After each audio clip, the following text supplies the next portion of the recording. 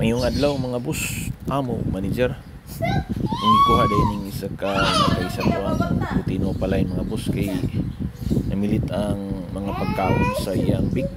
So first time din ni nahitabo sa ato ang mga boss no. So naglibog po siya kuwaton mga boss. So ang akong una kong gibuhat ani mga boss, nagkuha ako og cotton buds, then gibasa na ko sa iyang big dapit.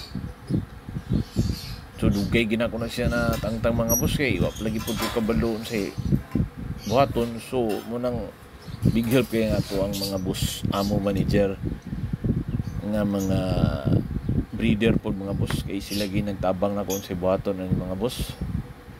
So ato pa nila mga boss nga bason lang dayon gamit ang ato ang koko mura atong gamiton pagkuha mga boss.